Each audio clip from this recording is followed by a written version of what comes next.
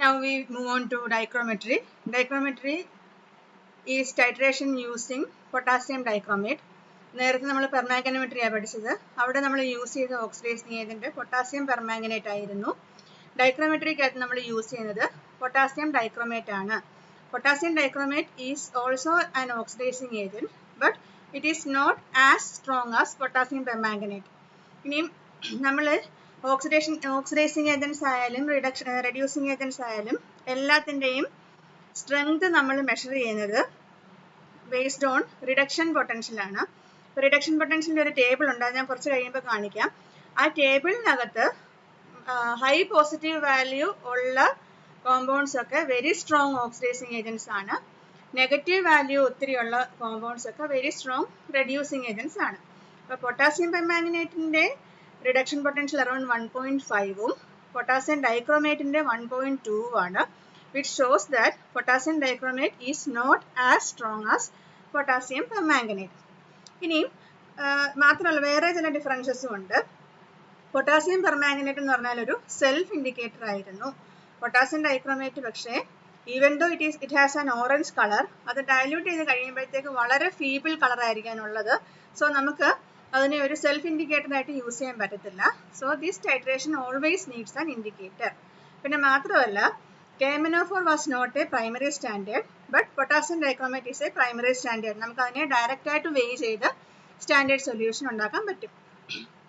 ഇനിയും ഞാൻ പറഞ്ഞതുപോലെ ഡൈക്രോമെട്രിക്കകത്തും ഇൻഡിക്കേറ്റർ വേണമെന്ന് പറഞ്ഞു. ഒരു 2 ടൈപ്പ് ഇൻഡിക്കേറ്റേഴ്സാണ് ഉള്ളത്. ഇന്റേണൽ ഇൻഡിക്കേറ്ററും ഉണ്ട്, എക്സ്റ്റേണൽ ഇൻഡിക്കേറ്ററും ഉണ്ട്. ഇനിയും നമുക്കൊരു എക്സാമ്പിൾ വെച്ചിട്ട് ഇൻഡിക്കേറ്ററിന്റെ തിയറിയിലേക്ക് പോവാം. Consider this example. The reaction of Fe2+ with potassium dichromate to form Fe3+ and Cr3+. Potassium ഡൈക്രോമേറ്റിനകത്ത് ക്രോമിയത്തിന്റെ ഓക്സിഡേഷൻ സ്റ്റേറ്റ് എത്രയാണ്? Cr2O7 2- ആണ്.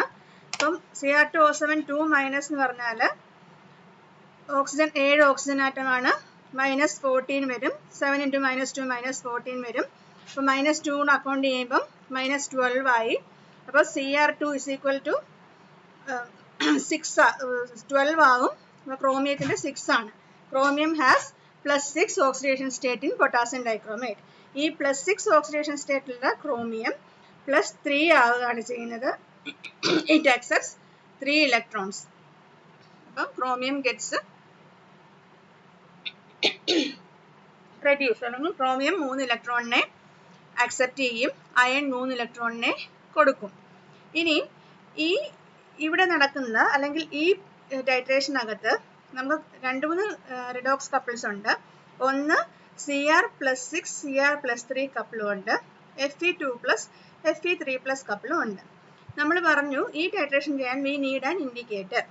ഇനിയും the indicator should be such that it will give the colour change at A particular redox potential. ഈ potassium dichromate ടൈട്രേഷനകത്ത് നമ്മൾ ചെയ്യുമ്പം indicator use ചെയ്യണം എന്ന് പറഞ്ഞു. So indicator should react in such a way that it starts reacting only after potassium dichromate reacts with the iron. ഒന്നുകൂടെ പറയാം. ഈ ടൈട്രേഷനകത്ത് നമ്മളുടെ we will be having a conical flask containing a solution of Fe2+. We are adding potassium dichromate to Fe2+ in the presence of an indicator. നമ്മൾ ആദ്യം titration ചെയ്യുമ്പം potassium dichromate should react with iron, and after it completely reacted with iron, then only it should react with the indicator. ഇനി അതായത് potassium dichromate ആദ്യം അയണിനെ reduce ചെയ്യണം, അതിനുശേഷം മാത്രമേ അത് ഇൻഡിക്കേറ്ററിനുമായിട്ട് റിയാക്ട് ചെയ്തിട്ട് കളർ വരാൻ പാടുള്ളൂ. അപ്പോൾ that requires the potential of the indicator should B or to be in between that of the Cr3+, Cr6+ system and Fe2+ Fe3+ system. So standard electrode potential of the indicator should be between the redox couples. നമ്മൾ ഏതിനെയാണ് titrate ചെയ്യുന്നത് ആ 2 titrate ചെയ്യുന്ന റിയേജൻസിൻ്റെയും പൊട്ടൻഷ്യലിന് ഇടയ്ക്കായിരിക്കണം ഇൻഡിക്കേറ്ററിൻ്റെ potential. സാധാരണ iron potassium dichromate ടൈട്രേഷന് നമ്മൾ use ചെയ്യുന്ന indicator diphenyl അമീൻ, diphenyl ബെൻസിഡീൻ, diphenyl അമീൻ sulphonate ഏത് വേണമെങ്കിലും ആവാം. ഇതിൽ പൊട്ടാസ്യം ഡൈക്രോമേറ്റ് ഈ Cr6 plus Cr3 plus ഇൻഡിക്കേറ്ററിന്റെ റിഡോക്സ് പൊട്ടൻഷ്യൽ 1.2 ആണ്. അയണിന്റെ 0.78 ആണ്, 0.77 ആണ്. ഈ ഡൈഫിനൈലമീൻ ആണെങ്കിൽ അതിന്റെ പൊട്ടൻഷ്യൽ 0.78 ആണ്. ഇപ്പം നമ്മൾ നേരത്തെ ഒരു കണ്ടീഷൻ പറഞ്ഞായിരുന്നു, ഇൻഡിക്കേറ്ററിന്റെ പൊട്ടൻഷ്യൽ അയണിന്റെയും ക്രോമിയത്തിന്റെയും ഇടയ്ക്കായിരിക്കണം എന്ന് പറഞ്ഞു. പക്ഷെ ഡൈഫിനൈൽ എന്ന് പറഞ്ഞാൽ 0.78 which is very close to iron. So diphenyl ഒരു നല്ല ഇൻഡിക്കേറ്റർ ആയിരിക്കത്തില്ല.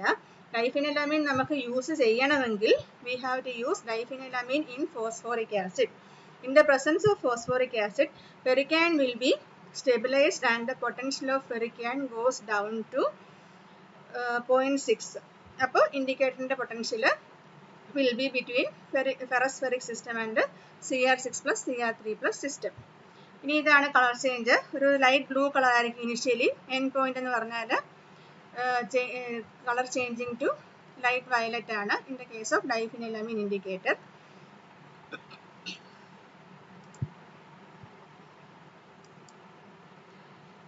ഇനി ഞാൻ ഒന്നുകൂടെ തിയറി ഓഫ് റിഡോക്സ് ഇൻഡിക്കേറ്റേഴ്സ് ആണ് പറയുന്നത്. There are 2 types of redox indicators, internal indicator and external indicator. Internal indicator is something that changes color according to the electrochemical potential. നമ്മളുടെ സിസ്റ്റത്തിന്റെ പൊട്ടൻഷ്യൽ മാറുന്നതനുസരിച്ച് കളർ ചേഞ്ച് ചെയ്യേണ്ടതാണ്. അല്ലെങ്കിൽ അതിന്റെ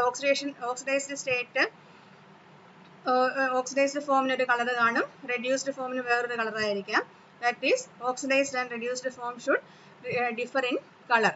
അതൊരിക്കലും റിഡോക്സ് ടൈട്രേഷനകത്ത് ടേക്ക് പാർട്ട് ചെയ്യാൻ പാടില്ല. കാരണം ഇപ്പം അയൺ ക്രോമിയം സിസ്റ്റത്തിനകത്ത് ഇൻഡിക്കേറ്റർ ആഡ് ചെയ്ത് ഇൻഡിക്കേറ്റർ ഒരിക്കലും അയണുമായിട്ട് റിയാക്ട് ചെയ്യാൻ പറ്റത്തില്ല.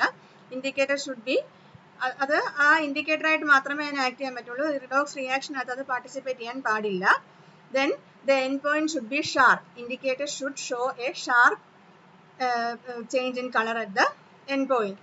ഇനിയും ഇൻഡിക്കേറ്ററിന് 2 ഫോം ഉണ്ടെന്ന് ഞാൻ പറഞ്ഞു. ഇൻഡിക്കേറ്റർ ഓക്സിഡൈസ്ഡ് ഫോം ഉണ്ട്, ഇൻഡിക്കേറ്റർ റെഡ്യൂസ്ഡ് ഫോം ഉണ്ട്. Oxidized form will be having one color, reduced form will be having a different color.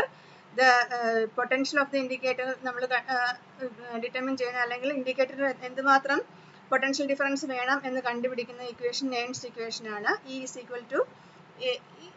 Equation വെച്ചിട്ടാണ് നമ്മൾ കണ്ടുപിടിക്കുന്നത്. ഇനിയും ഞാൻ നേരത്തെ പറഞ്ഞതുപോലെ the potential of the indicator should be between that of the analyte and the titrant system. If we are titrating potassium dichromate and Fe2 plus, the potential of the indicator should be in between Cr6 plus Cr3 plus system and Fe2 plus Fe3 plus system.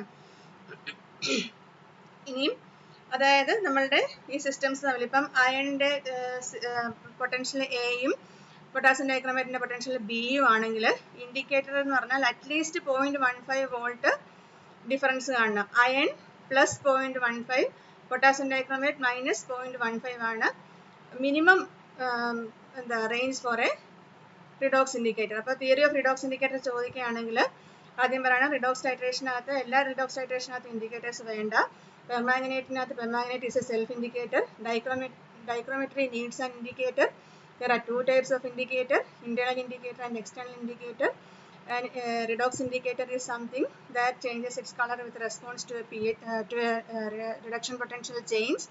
Oxidized form should be having one color, reduced form should be having another color, but it should not react with the analyte.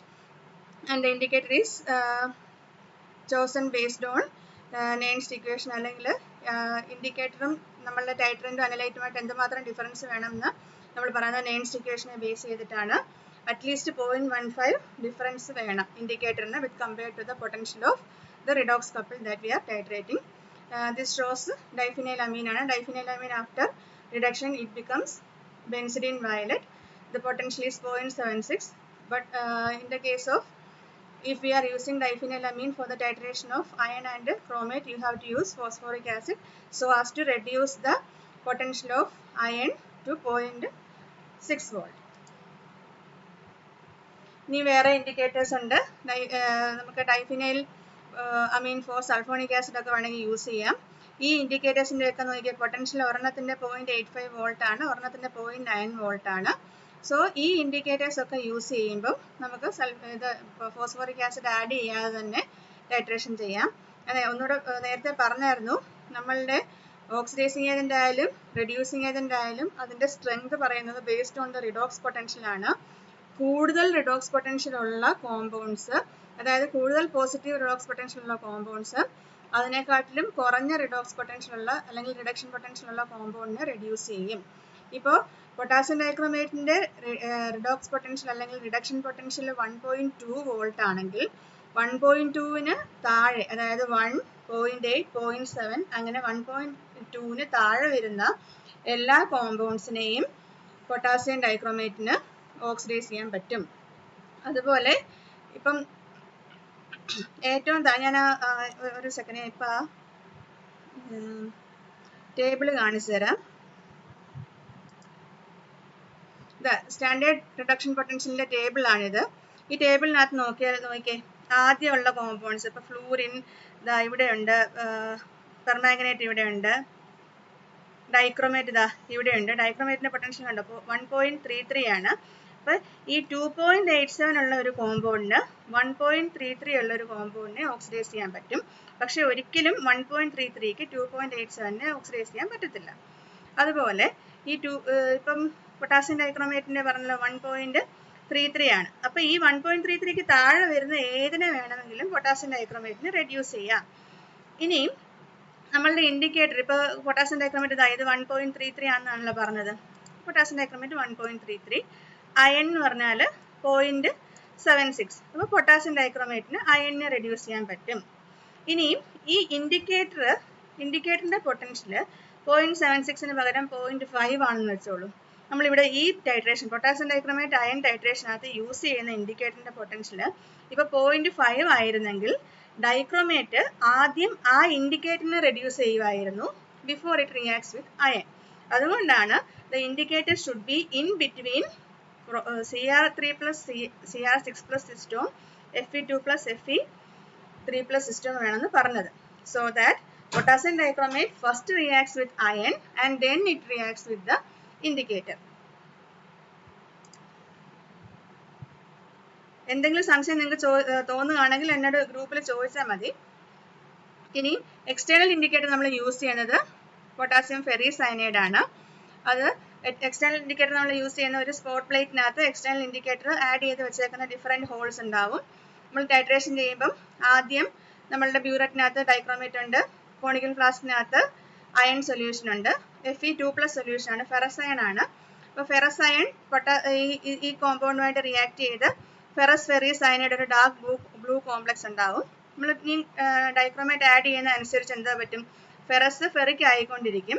അപ്പോൾ ferrous iron ഉള്ളിടത്തോളം കാലം you will get a blue complex of ferrous ferricyanide. At the end point, all Fe2+ will be oxidized to Fe3+. So Fe2+ ഇല്ല, പിന്നെ react ചെയ്യുന്നത് Fe3+ ആണ്. Fe3+ഉം നമ്മളുടെ ഈ indicator കൊണ്ട് റിയാക്ട് ചെയ്തിട്ട് നമുക്ക് ഫെറിക് ഫെറിസയനൈഡ് എന്ന് പറഞ്ഞ കോമ്പൗണ്ടാണ് കിട്ടുന്നത്. അതിനൊരു ബ്രൗൺ കളറാണ്.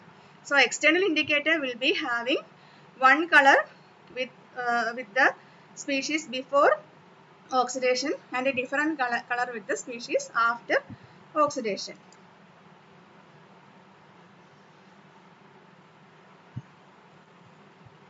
അപ്പോൾ നമ്മൾ ഡൈക്രോമെട്രിക്കകത്ത് പറഞ്ഞത് potassium dichromate is a primary standard. Titration using potassium dichromate is called dichrometry. Potassium dichromate requires an indicator. There are two types of indicators, external indicator and internal indicator. The potential of the indicator should be in between that of the titrant and analyte. Otherwise, the reaction will not work. എന്തുകൊണ്ടാണ്? Titrant will first react with the indicator if it is not like that. And commonly used indicator is diphenylamine. If we are using diphenylamine, you have to add phosphoric acid that reduces the reduction potential of iron from 0.76 to 0.6 so that the indicator comes in between the reduction potential of potassium dichromate and Fe2+ system.